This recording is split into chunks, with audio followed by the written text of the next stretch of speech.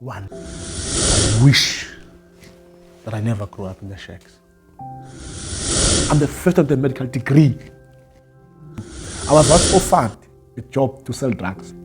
Which one best decision that you always tap yourself on the shoulder for? That I'm glad that when other people were deciding that, or when out of all decisions I had, I'm glad that I decided this one. Mindset, beliefs, and money. Main three things that you can actually zoom in to find out the secret. Let me welcome you, man, on ATHI. Look, brother, I was thinking about this episode for such a while because we've been doing these things online, right? Yeah. These interviews online. So I was thinking that actually, after the conversation we had, it was part of the plan to make you the first guest. Okay. Because I actually believed with the conversation that we're still gonna have, you're gonna give sort of a drive to the type of conversations that I'm looking for. Okay. You understand? Okay. I don't know if you remember that time. I think I was walking out of library, and then I came across you, and we started having this broad conversation about a lot of things. And I was speaking about books, ne? Books to Yeah. read. Okay. Yeah, Okay. yeah. Okay. So that's where it actually started, and I was like, I should get this guy on the podcast. I wanted to do it online, but I was like, let me just wait for this moment, because for me this means a lot, because I think it's been 3 years now, or 2 to 3 years doing these interviews online. So to do podcasts traditionally like this, it's like it really means a lot, because it's been the inspiration, but I didn't have equipment. So I had to start there. Otherwise, man, I welcome you. Tell me how you feel. Thank you so much. I'm feeling good today. So that I have a bit of flu. Yeah, well, it's been a long day, but yeah, I'm okay, man. I'm okay. Thanks for inviting me again. Look, we focus on 3 things: Okay. money, mindset, and beliefs. Okay. Mainly because I personally believe that the 3 actually have more impact on someone's progress. Because our intention mainly is to make progress accessible to everyone. Okay. Now, I want us to start on the mindset one. Okay. Ne? I want us to start on the mindset. In fact, let us start with money. Let us start right there. What do you think keep many people in South Africa poor? It's quite broad. If we can take it back, I think it goes back to history. Because if you go to skin color, you compare a white person with a black person. A white person is coming from pre-1994 life. Pre-1994 life, they have had so many advantages, which us, we never had. That's why it puts us at a disadvantage. If you see a young black graduate, when you first graduate, you have a responsibility of building your home, responsibility of doing this for your family, as assisting your sister into studying, into universities and everything like that, as opposed to majority of white people. Not all of them, some who actually have the same responsibility as we black people have. But the majority of them, when they graduate, whatever money they will make from their own work, it's their money. They will take care of themselves. Even when they go to university, they don't even need financial assistance or anything, because everything has been planned for them. Due to the pre-apartheid or during apartheid advantages that most white people have as opposed to black people. Like this thing which called PEE, which is Black Empowerment Enterprises. There was one for white, something like that, which was empowering the white people during apartheid times, where white people would get tenders, but black people wouldn't get the same tenders and the same power. I think I once saw a video on TikTok which was more educating on such issues, as to we marginalized black people are starting from scratch. You have no connection, you have no one, you have no mother to call on a month and they say, I want money for groceries. You are just on your own. So that's where it actually impacts us, because now our targets, most cases, are to make it. But the biggest mistake that black people do when they start making it is to associate themselves with these people who have already made it. And after associating themselves, they try to live that life. It's not wrong to associate yourself with a rich person and befriend a rich person or someone who's made it, or their family have made it already. But you have to understand now where you're coming from and what responsibility you have on your shoulders, which is to actually make it, not to look like you have made it. Us, we like to look like we've made it, not to actually having made it. And that doesn't happen overnight. From what I'm hearing, it's like I don't know. You'll tell me, but it's like it's more of an external forces that keep people poor. But I'm sitting here wondering to myself, for how long will we like suffer those previous disadvantages, even in the present, way to the future? Like with the years that we've had of okay, even if it's not freedom as defined traditionally, but with the opportunities that have been cascaded, like whether it's politically to us, are we not standing a chance to break free from poverty? Like, is it always gonna be a matter of looking in the past and be like, this is how like it's been a conversation going. I don't know if you get what I'm saying. At what point, or we haven't arrived to that point where we're gonna be like, okay, it's now my fault that I'm poor. Okay, so with poverty and wealth, it's quite a broad thing, especially when it comes to Africa and specifically South Africa. If we come to understand around the 1800s, that's when the white people came. You can start calculating from the 1800s to 1994 and see how many years it took them to actually have this kind of generational wealth. And us, we've had the freedom for how many years? It's been 20-something years, you see. They've had the freedom, they've had the power for hundreds of years, having the dominion, having all the power that they can have, taking all the decisions for us, doing everything according to how they want to do, and they secured a future. So that's how I feel like it's more impossible, or it's more harder to compare ourselves with the white marginalized population in terms of the external forces that affect us and push us into poverty. But if we are going to compare ourselves based on internal forces now, it goes as to what drive do you have?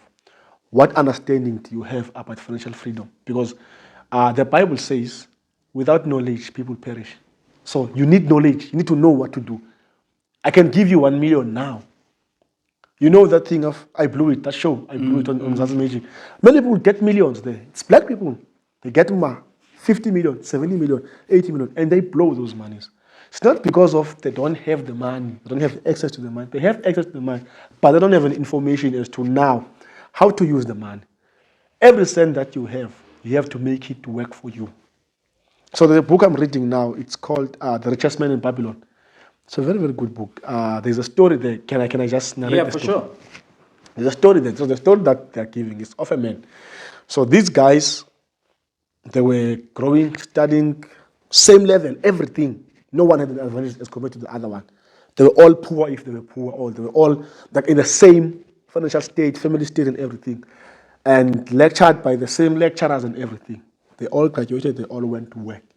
So when they went to work, I'm going to talk of these two guys. Let me just give them names for the sake of understanding. So one is Thomas. Ne? Let's say one is Thomas. Let's say the other one is Andy. Ne? Okay. So Andy goes to work this side. Thomas goes to work this side. Thomas is an engineer. He makes cars. Ne? Andy is also an engineer. He also makes cars. But now, what actually happened is, so Angela got to realize after maybe 3 years of working, no man, this thing doesn't help me. I make a car. Do you know a car? Perfect car. I said I make money. After selling the car, I make enough profit, but I can only eat me and my family. The money is finished. I have to go make another car again for me to eat again. So I have to keep on doing one and the same thing over and over and over and over and over and over again. Then he saw this rich man who used to come and buy these cars from him. This man just comes every year. He will buy in high numbers, huge numbers, this car. He was his biggest client. So this man was like, okay, I need to understand and know how this man has accumulated his wealth. So he went to him, man, tell me, how did you accumulate your wealth? What did you do in the process? What steps or what secret do you have that makes you have so much money? Then this man said, okay, you want information? He said, yeah, okay, sure. I'm going to give you an information that will last you forever. It will make you the richest man in the world. But you need to create, you need to design me this particular car and do it for free. That is what school fees. So in everywhere where you want to get information, you need to know you need to pay school fees. Even if I'm giving you information, you need to pay school fees. We give information to YouTube people when they watch, that's school fees because they use data to watch. So wherever you're going to acquire information, you must pay school fees. So the man designed the car for the car. He said this guy designed it over a night. The following morning, I'll give you the information. This guy designed the car overnight, but he didn't finish. So when the rich man came to Andy, coming to fetch his car, he gets there, the car is not done. Starts fighting with him. Okay, this is one of the reasons why you are struggling, because you lack dedication. I'm telling you, I'm going to give you something that will last you forever, and you still can't do it. Then he said, okay, what if I do it again now? Give me until midday. I will be done by midday. I promise you. And you can give me the information. Okay, the guy left, the rich man left. And he began to work. He worked his ass off. By midday, he was done by midday. So where is the power? The power is here. The power is here. During the night, he felt like, nah, I can't do it. I'm too tired. So the more you give excuses to your board, the more you can't do it. But the more you tell your board that I need to focus on that goal, that's the more you get to do it. Finally finished doing the car. When he was done, the man came to fetch his car. So the rich man came, he found the car done, everything finished. Now Adil is waiting for this big secret. And the man said, no, for you to be rich, there's one secret. You need to make your money work for you. Yeah. You need to make your money work for you. It's a very, very, very big word and very hard thing to understand. Adil was like, so I worked the whole night and the whole day for just this information that I need to make my money work for me. And that's just it. Is that all that you can give me? The rich man left him laughing. Following time, he came. When he came to order now, he gave him now the clarity of what he meant when he said, you need to make your money work for you. So this man says, you are earning 50,000 rand a month. You take the 50,000, you take 15,000, né? You pay for the child school fees, the wife, and the bills at home. You take another amount of money, you pay for your car, for your bills, other bills additionally. And then the remainder, you go chow it in the club and wherever you enjoy it. And then month end, or around 5th, 6th of the month, you are back to zero. So that means when you don't pay yourself. What does it mean when you don't pay yourself? You don't have a payment that is the payment to your body. You are paying yourself now. You are giving yourself a salary. It's an asset. Yes. So he said you need to take 10% of your money and give it before you can split the bills and anything. 10% is your salary. The remaining 90% can go to you eating, because when you eat, you're not paying yourself. You are just paying your stomach, because stomach is hungry. But what do you gain from the hard work you've been doing? Take 10%, put it aside. Take 10%, put it aside. The man did this. And he said, okay, I'm going to do this thing. Began to do it. And put 10%, 10%, 10% for 12 months. After 12 months, the rich man comes again. He's like, okay, now, how far are you with paying yourself? And he's like, okay, I've been putting up 10,000 a month. Now I have 120,000. The rich man laughs again. Like, you haven't caught, you haven't understood what I was telling you. The 10% you make, the 10% you pay yourself has to go now and start working and work for you. So now you're only piling up this 10%, but they don't do anything. Make them work for you. He left him again. This man took this 120,000, met this bricklayer. When he met this bricklayer, he's like, this bricklayer is cheap on where they can buy diamonds, jewelry, and come and sell them in the market. So he's like, okay, take this 120,000 of mine. You're going to put your half. You go buy. You come, we sell. He waited for him. The rich man came after 2 months. Came back again, asked him, okay, now, is your money working for you now? And the is like, okay, I've given the bricklayer the man to go buy jewelry so that we can push certain type of business. The rich man laughed again. You still don't understand. You cannot give You cannot invest your money in someone who's not informative of something. If you were investing in a bricklayer for a bricklaying business, it would be a different case. You invest in a bricklayer for a business of diamonds. What does bricklayer know about diamonds? And you said, "Die, kiss a goodbye to your man, it's gone." For real, the man was gone. They lost the man. He began again to receive again. But now, he was wiser now. He began to invest his money in different things. This is what we call compound interest. So if you put 100 rand today, it's going to earn 8%. Tomorrow, you put another 100 rand. No longer earning 8% of that 100 rand. You earn 8% of 200 rand because it's 100 rand times 2. Day 3, you're no longer earning 8% of 200 rand. You earn 8% of 300 rand because it's times 3. Day 4, it's 8% of 400 rand. You are compounding your interest over a certain amount of time. Then after 20 years, the guy became the richest man. He met now Thomas. Thomas is still an engineer. He's still designing. And he still doesn't understand why is this thing so hard to do. Why can't I be rich? I've been working hard. He began to open it up to him that you need to make your money work for you. If you're a teacher, you're earning 10,000 rand. Have an investment portfolio. Have something where you compound your money in. We'll pilot more and open more on the investments, on what types of the investment that I'm investing in, which are actually quite good and beneficial. And we very much look down on them. That's the thing, ATHI. I love where you driving this conversation to, because in my mind I was thinking like, from that conversation that we had, like initially, so I've been exposed to many financial information and all that stuff.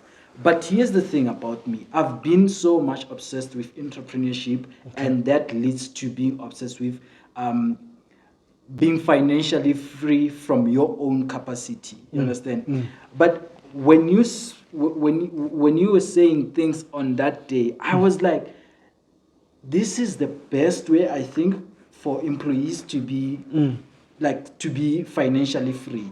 But before I get into depth of financial freedom, I need to understand from you what is financial freedom and how do you describe it?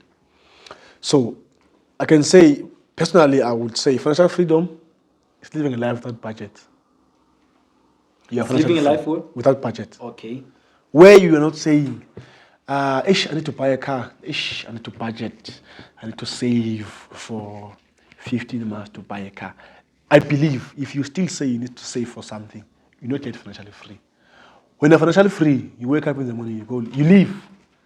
You leave. You don't have to go work. You can, if you are a medical doctor, you do medicine, you go work for the sake of the love of medicine. Nothing to do with money. Money, it's the least of the things you think of. Think of Petrus Mutsepe. Do you think when he's hungry, he needs bread? Does he ever think, where am I going to get money for bread? It's not even in his mind. Yeah. He doesn't even think about that. I get you. He just wakes up and go buy bread. If he sees a polo there, that's nice, wants to buy it. He doesn't even think of, how am I going to buy this polo? I need to save me for 6 months. No, it's not part of his problems, those ones. He has other problems other than that. You see? So, according to that level, he's financially free according to that level. But maybe there's a dimension where he's not free in. Maybe in buying mines or in whatever. Always you'll have a challenge in your life. But when you're totally financially free, that's when money, finances are no part of your issues. And it's very hard to be financially free if you're not spiritually free. What do you mean by that? So spiritually free, I'm talking about such things like, in life we have things that spiritual life is there. There's demonic things that happen. There's satanic things that are happening out there. You understand? There's influences.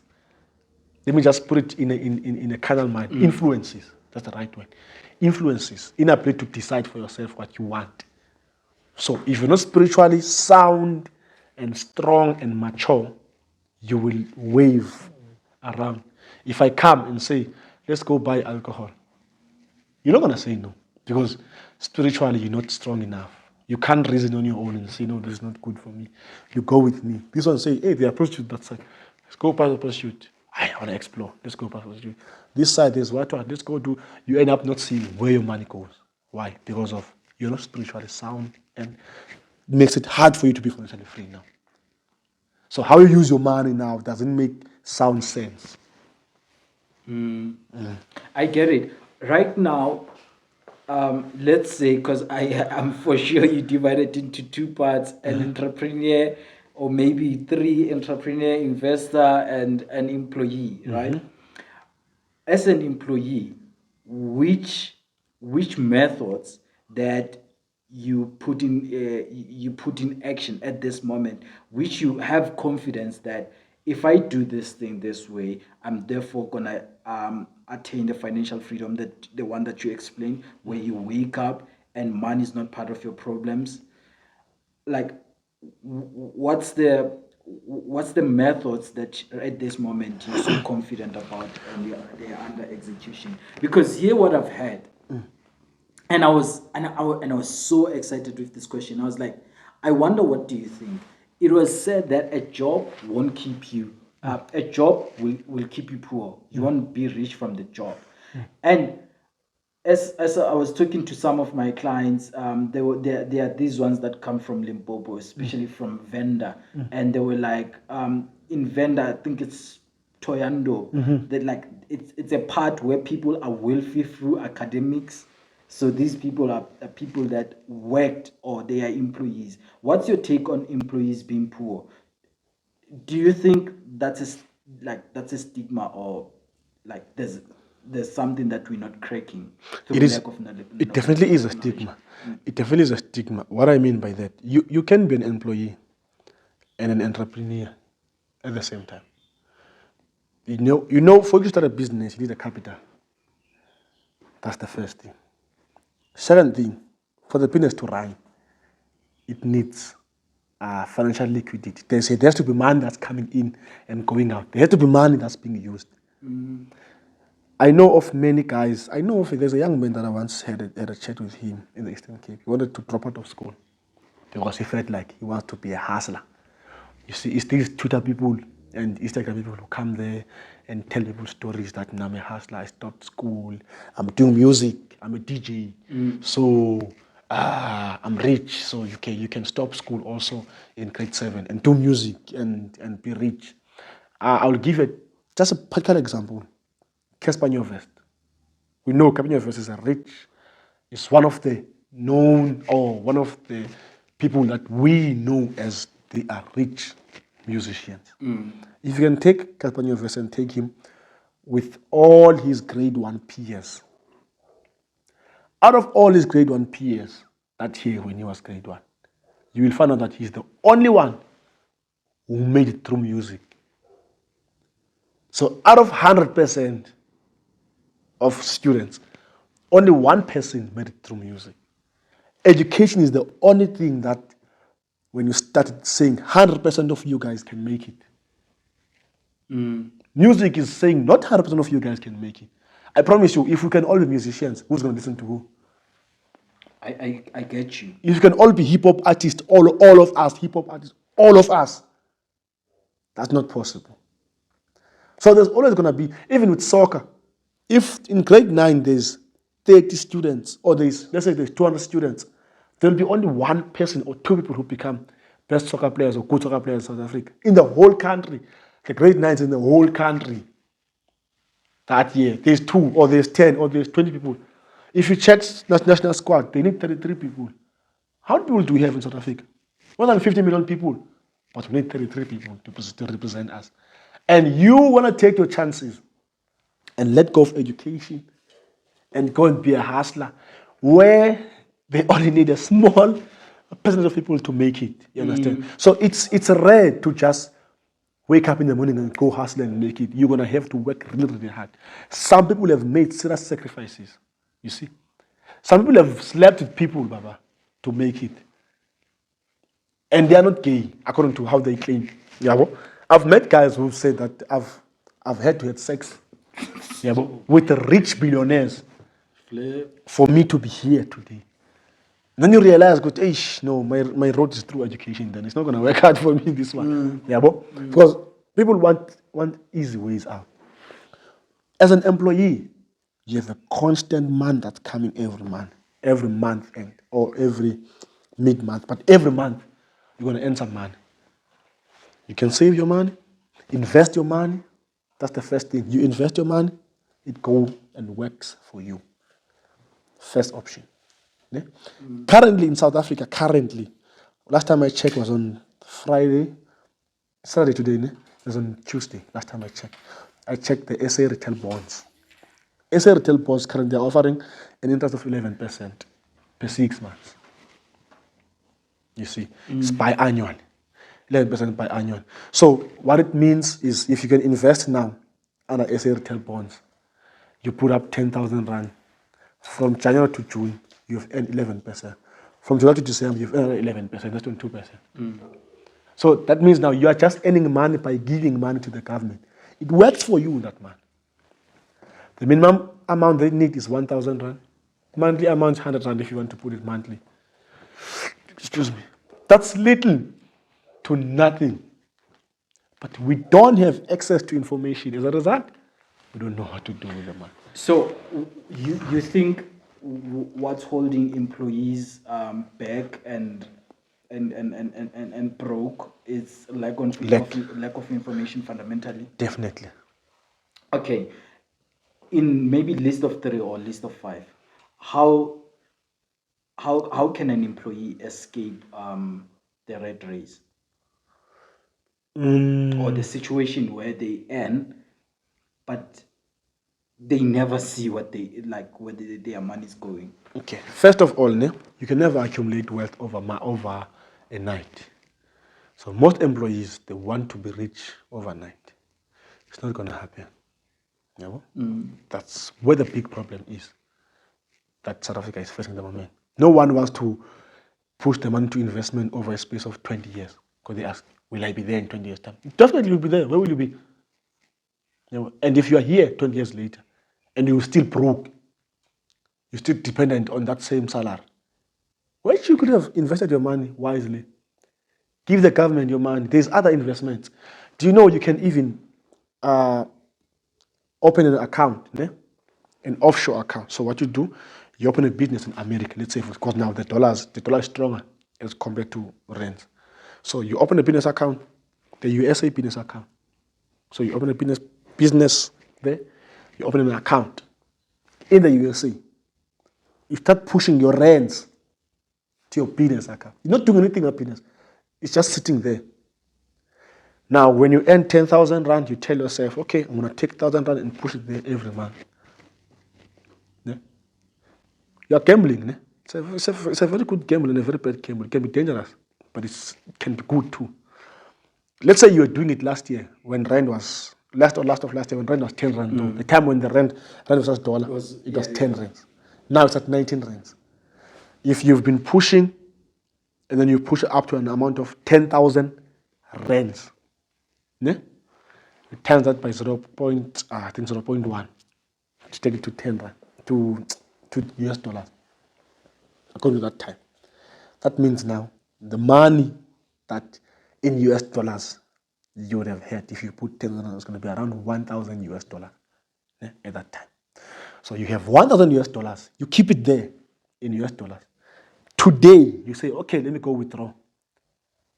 Now it has ended because now rand versus dollar has shifted now from 10 rand. It's around 19 rand. So when you convert that 1,000 US dollars, which you use 10,000 rand for, you will get 19,000 rand now. Now you've won. You've won. You've earned more. Those are just other strategies that people use, you see, to make money. It's not going to happen overnight. You have to put your money, throw it there and wait. So they should learn to invest. Learn That's to the invest. first one. Yes. Okay. Number 2. Number 2, learn. Okay, depends. Depends. So we have people who are employees who are of an older age. People who are employees who are of a younger age. If you're old, you learn to be wise. Even if you're young, actually, you learn to be wise. How do you learn to be wise? You use other people as your resources. You use other people's intelligence to your own advantage. How? You become an investor to their businesses now. You're not investing offshore or what. Or you give money to you. You say you have a dream of having a podcast that's this big, having these numbers of people. I'm there. I have 50,000 that's sitting there, 15,000 rand that I've saved, 50K sitting there. I'm like, okay, how much are these things for? You're like, okay, these things, all of them, they're going to cost 45K. Okay, I'll give you 45K. In exchange, you see, now you're investing. You see, in exchange, I will want a stake of maybe 45%, let's say. So every 1,000 rand, you get 1%. For every 1,000 rand, 1%. So now I'm getting 45% from this podcast. We agree. We buy the equipment. We do the proper planning of everything. We push the business. It's not going to happen overnight. Maybe after 3 years, 4 years, it has reached the goal you wanted. Now you have 10 million subscribers. Now you're earning maybe 97 million. I'm taking 45% of that 97 million. Am I not richer? I'm richer. Isn't my 45,000 grown? It has grown way more. This one is also a risk, you see. So, in wealth, it takes a risk. Same as in employment. Anything that has got to do with man. Because when you go work for someone, you take a risk. That doesn't disappear. If you go work for government, you take a risk. The government can be broke tomorrow and not pay you. But you take a risk. It's a safer risk, but it is a risk, you see. So you must learn to take risks that are calculated and invest. Investment. Make your money work for you. Make your money work for you. I cannot preach this any further. Yeah. And then, now, you can start your own businesses. How do you start your own businesses? Study the local economy. For example, Airbnb. That's a typical example. Airbnb. I'm actually giving some secrets now that I'm actually working on. There's something that I'm actually working on, the Airbnb thing. So, let's say in Bloemfontein, how many properties are abandoned? More than 50. I promise you, in Bloemfontein, there's so many properties that are abandoned. Really? There's so many properties that are abandoned here. So many. There's a property that's up there, but we'll talk after the podcast. It's an abandoned property. I'm targeting it. So what you do, you go to a deeds office, ask your information, who's the owner of this property, who's at this street, what. Number, what. Because you see the number when you pass most. It's number, what. Street, for example, this house, you can see the house number, everything. Check, okay, these are the owner's details. Cell number, everything. You approach the owner. The owner is not making any money with this property. He's left it. It's not working. It's not doing anything. Tell the owner, man, I want to do something with your property. I want to renovate it. Let it look nice. Convert it into an Airbnb. After converting into Airbnb, when I be 100% transparent with you, I will send you all the finances every month. We split the money. I take 60, you take 40. One, the owner wasn't making any money. You have to, so when you approach him, you have to make sure that this point you emphasize that, man, you're not making any money with this, so he doesn't become greedy. And I want to make you money with your property. Then if you get an agreement, sure, you buy furniture with that money that from the salary you've had, you've cut down, because you're going to have to make sacrifices. You can take your furniture and use it. I'm going to take my furniture. I'm going to take my TV. I'm going to take my couch. I'm going to take everything. I won't have a couch in my house, and I don't care if I don't have couches in my place. As long as I can sleep, wake up, and go hustle, and go study if I have to study, go work if I have to work, it's fine. When this thing pays out, it's going to make sense. That's an amount of investing that I'm willing to make. You push, you renovate the place, make it nice. You put your stuff inside. Make sure it's nice, it's attracting, it's inviting to guests who are coming to Bloemfontein. Make some few pictures. You can even ask those guys who, photographers in Bloemfontein who do photograph. You ask them to come. You pay them maybe 350 so that they can take proper, nice pictures of the place. You put your place on Airbnb. Maybe 350 per day or 400 per day. You are starting. You say 400 per day. Accommodate people. I promise you, you can be lucky. To some people, they've been lucky where they get a guest that's coming from the UK that's going to stay here for 3 months. You've won. All right. Now I want us to get into mindset and beliefs. So here's my thing here. I fully believe that mindset also play a very fundamental role on our progress because of it's basically the sense that we make about the world. I mean, the sense that we make about ourselves, you know. And in terms of beliefs, there are beliefs that we've had and have been like have been so much pinned on us that you end up believing it's the truth of the world. And as I was going around, because what I normally like to do, I like to make research around people. If maybe I want to see something about the subject, I would go around, just take a walk and ask people a view. What do you think hold people back on their goals? And most of the answers I got were around mindset, that I think it's their mindset. What's your take on many people's mindset when as far as the goal setting is concerned and even goal achievement? So when you say mindset, can you clarify it much more simpler? Do you mean information-wise, knowledge, or All right. So the traditional definition of mindset, it's basically like the set of attitudes that people have about the world and about themselves. Okay. Okay. It goes to a point where when and by attitude I mean how people feel and think, right? If you want to achieve something, let's say you want to buy 20 properties, yes? right? It firstly gonna take the type of mindset that you have. It's the attitude that you're gonna have. Am I gonna be able to achieve this? You understand? Do I feel good about achieving this? Not feeling good because it's something that I don't want, but I feel like I'm not good enough to get there. And the whole subject of the mindset cascade to a subject where a subject in psychology they call self-efficacy, which is merely what people believe about themselves when they are presented with tasks, with goals, with dreams. You understand? With all those requirements. What do you think? And this is like a whole explanation. What do you think people are lacking around that? Or what role have you seen of the mindset being played? Okay. Yeah. So I would first start by saying that, okay, mindset, I give it 3 pillars Okay. for which they guide how you get to think or how you get to analyze certain situations and how your attitude gets to respond to situation. These 3 words are power, wisdom, and knowledge. Power is the will, will and power, wisdom and knowledge. So, out of these 3, it starts with knowledge. The minute you get information. For example, if you talk about a mindset of people towards riches, how are they thinking?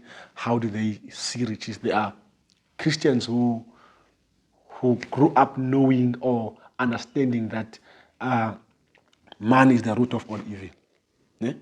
And now their mindset towards riches has been twisted, or towards having money. So now they want to stray away from money. Whereas there are Christians who have this verse in their mind that says money answers everything. And now their mindset changes as opposed to these other ones who know money as the root of all evil. These ones, they know, even though money is the root of all evil, but it answers everything. So you need to be careful on how you drive around when it comes to money. That's the understanding of these people that they have. So it stems from knowledge, the mindset. So what knowledge do people have in that certain community? That's why now media is so powerful, because what media does, it releases certain type of information that updates people into having this type of knowledge. I'm going to talk about politics, for example, when we talk about knowledge. In politics, if you talk of Zuma, former President Jacob Zuma and President Ramaphosa, we all know, according to media, that they are enemies. That is how they control our mindset towards these 2 people, that all these people are enemies. This one wants this to be arrested. In all essence, we don't know what's happening, but we follow what the media is feeding us every day, and what social media is saying, what TV is saying, what that is saying. So our mindset is actually controlled. Second thing is power, will and power. If you're an old man, you have all the wisdom in the world to be the richest man ever through property, through property development. But you don't have the power to do it. You cannot do it. Though your mind, you are so convinced that for you to be rich, you need to invest in properties. For you to be rich, you need to develop maybe, let's say, certain suburb.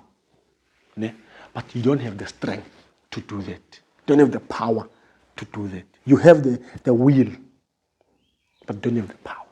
You have the wisdom, but don't have the power. That's also another pillar. The third pillar, it's wisdom. So wisdom comes from knowledge. You can never be wise if you're not well informed. You will never see a wise man that doesn't know information. For you to be wise, you need to be well informed. If we talk of people who are wise when it comes to finances, it means people are well informed about the financial structure of how things are. If we talk of political wisdom, we talk of spiritual wisdom. For you to be wise, the spirit man, that's why we go to pastors and bishops and teachers, rabbis and whoever for spiritual wisdom. Because those guys, we believe, they're well informed about things that pertain to spiritual life. If you want to know stuff about finances, you go to financial advisors because we believe that they are well informed about finances. If you want to know about what drugs should you take when you have a headache, when you have this pain and that, you go to a doctor because you think a doctor is wise when it comes to health.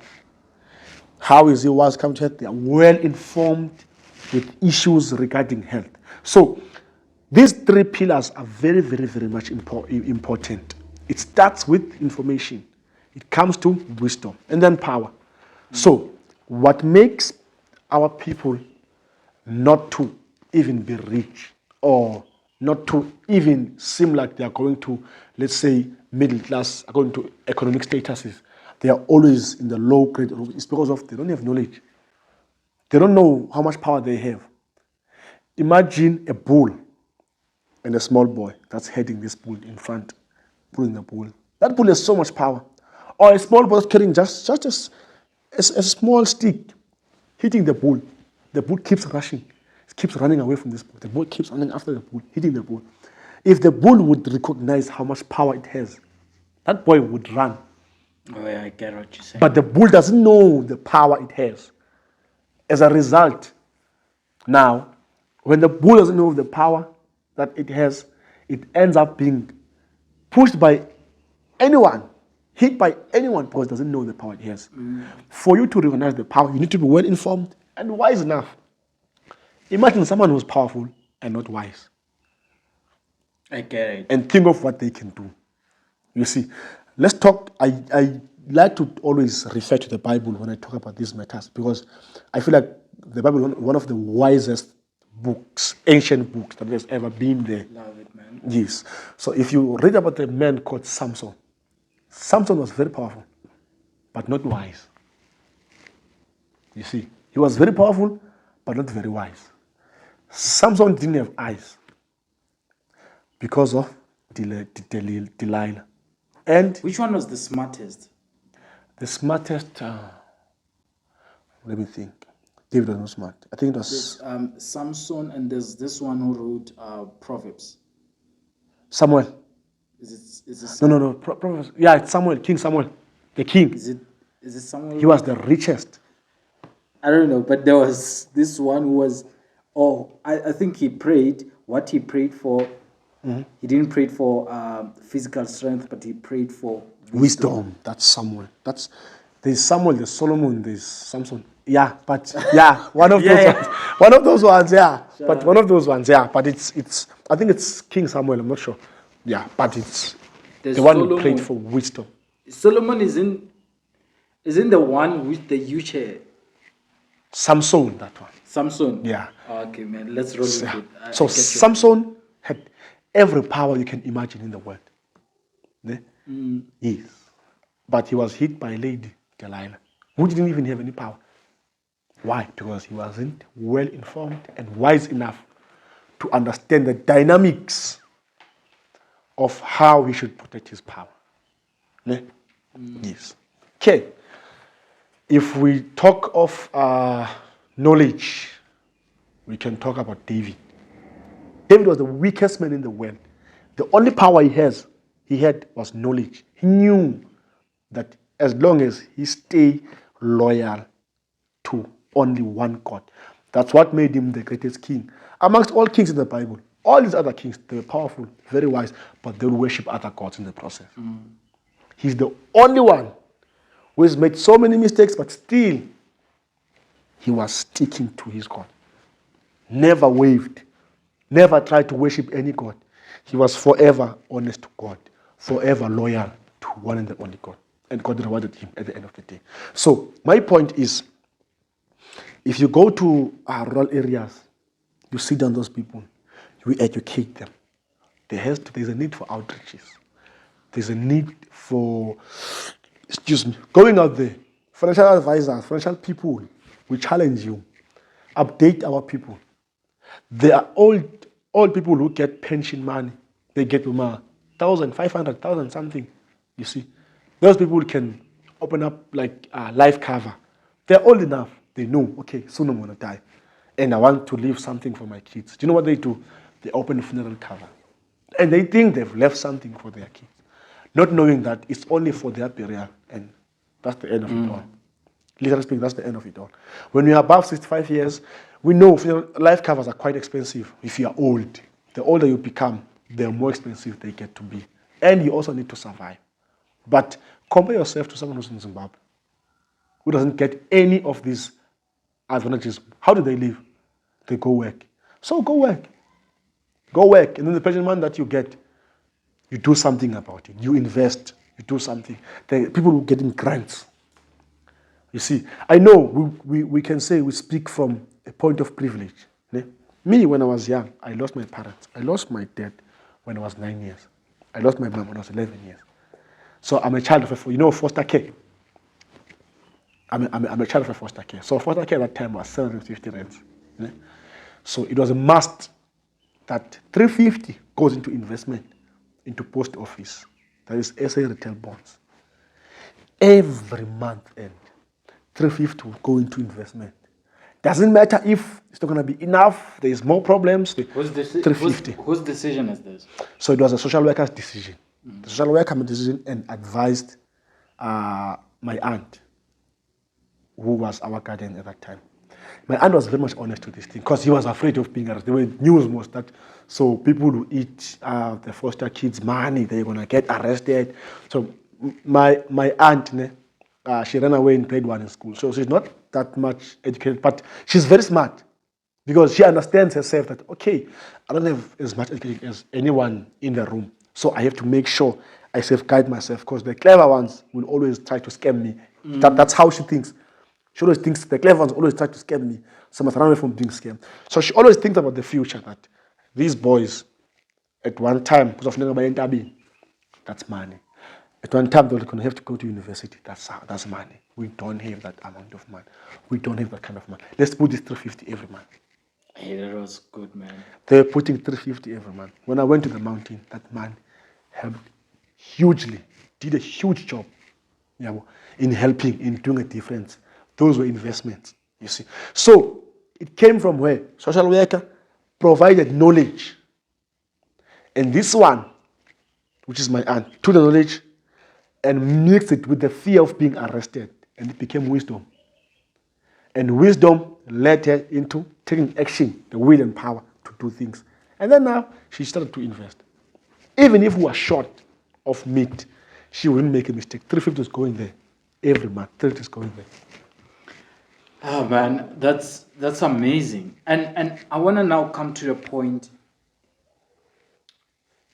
because I don't know about you, but there are a lot of things.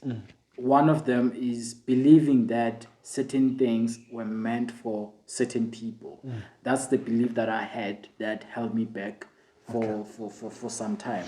What's the belief that held you back, and now you look back, you're like, actually, this was a facade.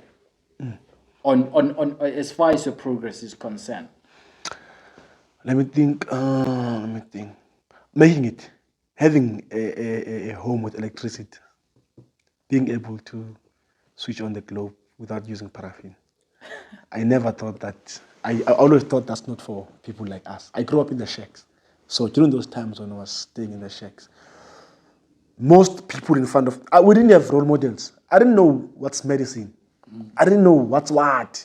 You understand? I didn't know what's financing. I didn't know anything. All I knew was there were hotmans in front of me. These hotmans, they go to school until close to matric, high school. High school, they go to mountain, they become men. When they are men, they come back smoking, they drop out. Now they drop out, they go work. Some of them, they become, we used to call them sliding door operators, where you sit in the taxi and you count the money and all those things. Some would do those. Some would be in taverns, doing nothing, drinking every day. If where they get the money, I don't know. So there was a lot of such things. I was exposed to that kind of life. Yeah? Until the time when, after I lost my mom and everything, so before the foster care came into effect, yeah, we were really suffering. It was bad. So my principal saw the need to take me to his home. And I stayed with them. I was in junior, Mr. Nongwan. Yeah. Yeah, I thank him so much, that man. He did a very huge job for me. Because he made me start believing now that, oh, actually, there's nothing impossible in my life. Because now I could wake up in the morning and go click the globe. The light is on. Now I can study. Because I couldn't study. If I want to study at 5, I must open the book, or at 4, whilst they still sun. Because by 8 o'clock, they switch off the light at home. Because paraffin is going to finish. You know, one of my best wishes when I was growing was to get an award for neatness. I couldn't get it. Why? Who's going to iron the clothes? How are you going to iron the clothes if the paraffin is... There's little paraffin, so when you iron, you have to just the arms and the collar. The back, you pray it's never hot. Because if it gets to be hot, the teacher will say, take off your jerseys. Now, when you take off your jerseys, it's going to show that you didn't do a good job. Yeah. So people who used to get those awards, we knew those were people who were coming from rich families. And you were told every time in the assembly that you don't have to wear a clean, a brand new jersey and a shirt to win the award. As long as it's clean, as long as even if it's not, as long as it's clean, you look neat. But we never got the award. And it was fair because these ones were neater than us. They were cleaner than us. It was a fact. So I tried by all means to get the award, and I never got that one. I tried the academics one. I never got that one. Why? In Juni. Why? Because I can't study after 8. Because around 8, the light must be switched off to save paraffin for tomorrow. So I can't study. I can't iron my clothes. Okay. The only one I can get is the one of punctuality. Just let me try to get there on time. Because I wanted to get something. I wanted to fit into the amongst the students and be that kind of a student. Still, I couldn't get that one. So this thing used to hurt me. And I would try again every year. I promise you, I wouldn't lose faith. I wouldn't lose faith. Up until I bought a grey, you know those trousers, grey, we used to call them grey. So the grey trousers. Yeah, so I bought a grey that doesn't need a belt. It's like a tracksuit, this grey. You don't need to iron it. So you wash it and then you just... Then once it's dry, it's already ironed. Now I can be confident now. Yeah. You see. So, what was the question again? I spoke a lot. So it was the belief that you had, which you ultimately... Yes. So that's the one belief that I had that is not for me. Was living in a house that doesn't have drops on the roof. Not leaking. There's no leaks. You just click something, then the globe switches on. You live in a cast, just a normal cast. For me, I knew that's not for me.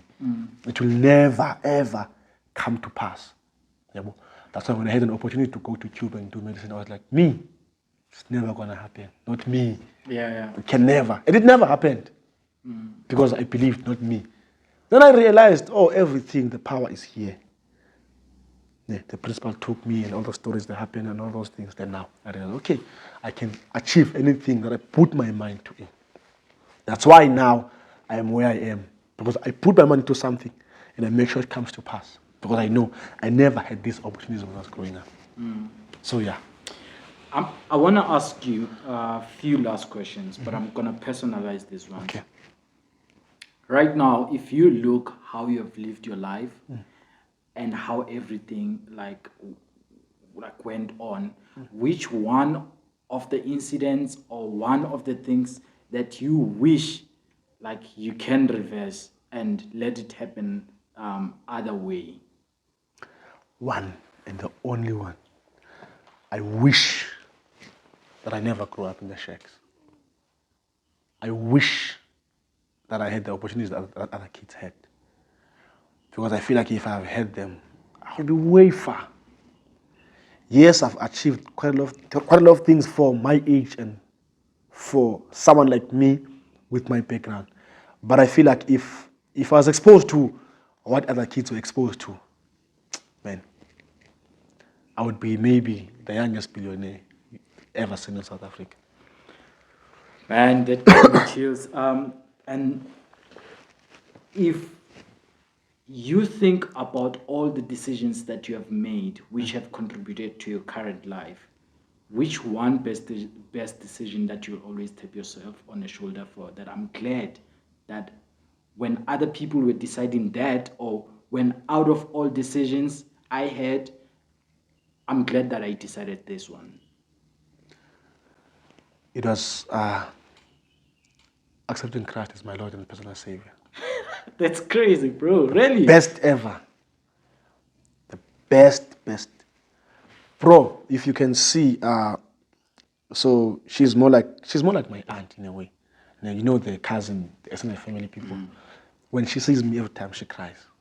Cause she's like, when ATHI should have been these guys who family should have been like going in and out of jail.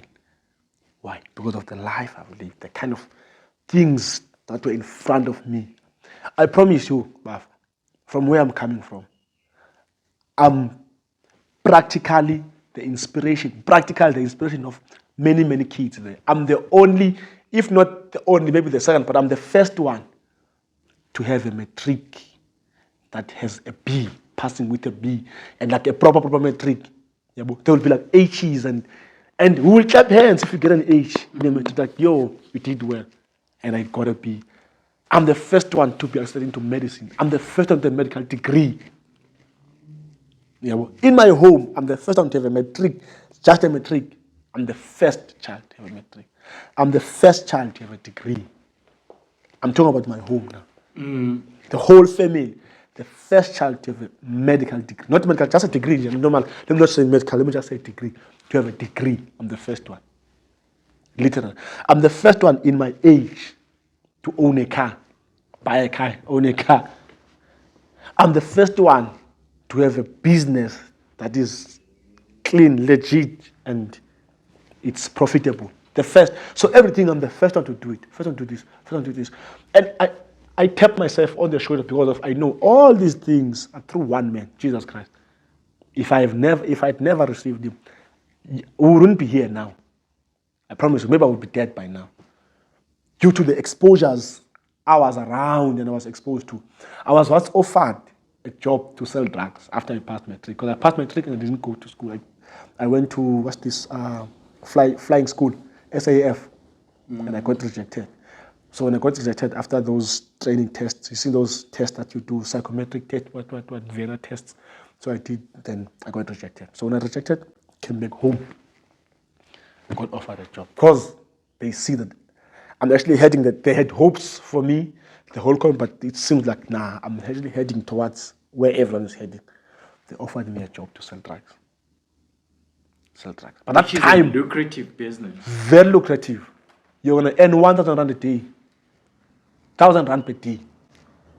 But you must be a man. When police come and they hit everyone, you must never tell. If you don't tell and you get arrested, they come and bail you. But if you snitch, you're on your own. That's the rule of the day. You see. But that time when I got the off, I was already deep in Christ.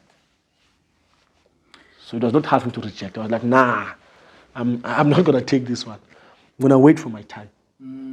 Yeah, I waited. I waited. Around May, I realized that the pressure is becoming worse now because people are coming for me. Left and right saying, if I'm going to the street, they keep talking stuff. You know? Until the cousin brother of mine, I call him Menku. He came and fetched me, my brother. He's also saved. He's also like Christ person. He's preaching, doing all these things. He's a preacher, like a strong preacher.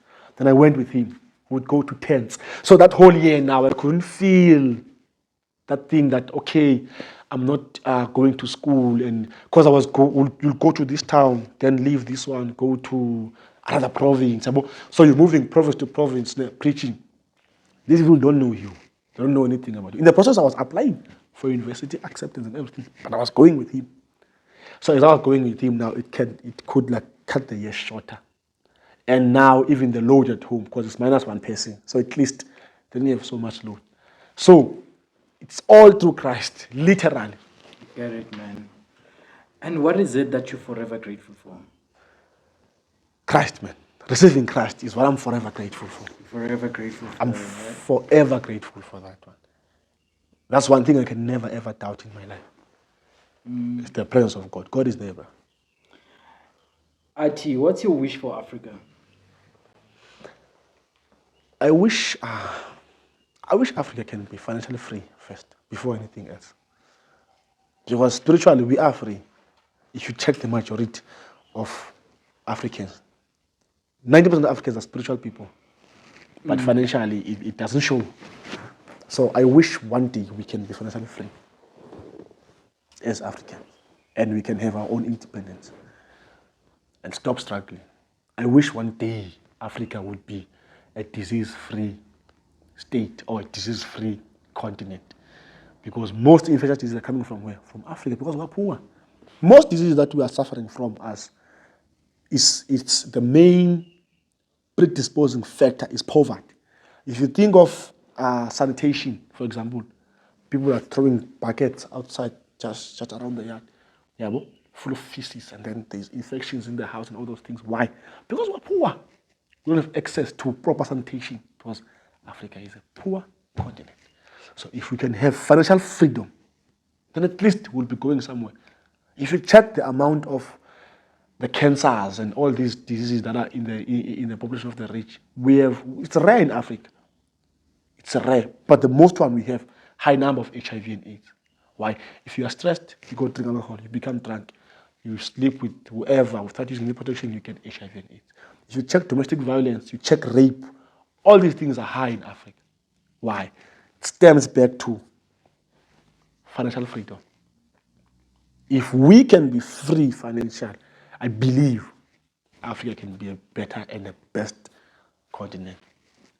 ATHI, man, thank you so much for your time. Thank you. It's been very nice, and I'm looking forward to the type of relationship that we have to manifest other things and to give birth to more. One last thing, which is a closing question. For someone who is sitting there, who is thinking that, who's not progressive for starters, who's not progressive, who's thinking that they do not amount to anything, what is it that you've got to say? And before you say that, I was reading this morning, and this is what I discovered, right? And I think as many people that provide information, we never attend to this thing. So it is said that what we think actually change people's life, it does not change their life so effectively because we leak all this information and all we're battling with, it's not the conscious mind, but it's the subconscious mind, which is actually holding the habits that people pick up on every day. So in whatever that you're gonna say, please also consider the things that will reprogram people's mind or people's perspective. Yeah. I can tell them one thing. Yeah. What's that? One thing. It's possible. If I did it, it's very much possible. There is nothing impossible on this earth. You just need to change how you think. You need to change how you see the situation. So, I'll make a yes. I have a parable I'll make. I usually use parables when I chat with people because that's how you convey your message. Because when you make a parable, people can just take the lessons that are specific to them from the parable without you interpreting it. How they interpret it is the lesson to them. So here it's a kingdom in the 1900s. These guys, it's 5 guys. They're very, very, very loyal to Christ. They love Jesus Christ, these guys. And now they go to an emperor. You know those days there were kings and emperors. They go to an emperor. They're taken to an emperor. This emperor hates anyone who says they love Christ. This emperor gives an option. There is a cool room, cold room, where there is a fridge. It's a room. That's a fridge. It's very cold. It's icy inside. This side is a soup. He's saying, you guys must choose. If you denounce Christ, you get that soup. If you say you're loyal to Christ, we throw you into the fridge until you die, unless you deny Jesus Christ. All these 5 guys made a choice that no, we're not going to denounce Jesus Christ. Throw us into the ice there. Went to the ice, these guys. When they were in the ice, they're stripped naked in the ice. They have no plans, nothing. And they're cold there. They realize, okay, we need to warm ourselves. Let's start moving. Contract the muscles. Let's start singing. Let's start moving. They begin to move, doing a surround like this. So this room, at the door, there's a security. There's a window where you can see. If someone dies, he comes and fetches you to go throw you outside. If someone dies, he comes to fetch you and throw you outside. So the security is watching in the window. They begin to sing. It doesn't. The first guy falls. Dies. Without denouncing Christ. Security goes inside. Fetches the guy. Takes him out. Closes the door. Locks the door. They begin to sing. They begin to sing. They begin to sing. Second guy falls. Bah! Dies. Security goes to open the door. Takes them out. Asks a question. Is there anyone denounces Christ? None of them. They are still loyal to Christ. Goes out. Closes the door. They sing. That guy falls and dies. Security is seeing something now because he gets shocked. Every time this guy dies, there's something. When they look at security, he looks, his eyes like he's shocked of what he's seeing. Every time when the guy falls, it's like, and then he opens, go fetches them, takes them out, close. 2 guys are singing now. They sing. One falls, dies. They're on spot. Security goes inside, takes him out. Close. When he's about to close the door, this guy is like, oh man, please take me out. I am tired. I am going to denounce Christ. When he was about to say Christ, I'm going to denounce Christ. The secretary said, no. Continue singing. Don't stop. This guy didn't understand. Why should I stop? No, I'm cold. I want to go out. So yeah, I denounce Christ. Wait, don't say anything. They said he took out his clothes. He's like, where are my clothes? Let me go in here, please. The security went inside. The guy came inside. They came as security, this guy, looking for this guy. The security began to sing. When he fell, a crown was put in his head. This guy could see now that, oh, so every time with these guys, they die, they get a reward. And me, my reward has been taken by the guy because I didn't want to continue. So all I want to say to people is, whatever you're hustling, if it seems like it's not getting there, it's actually getting there, don't stop. Continue. You are closer to your crown. Love that. Thanks, man. ATHI. Bro, thanks, man. Thanks, man.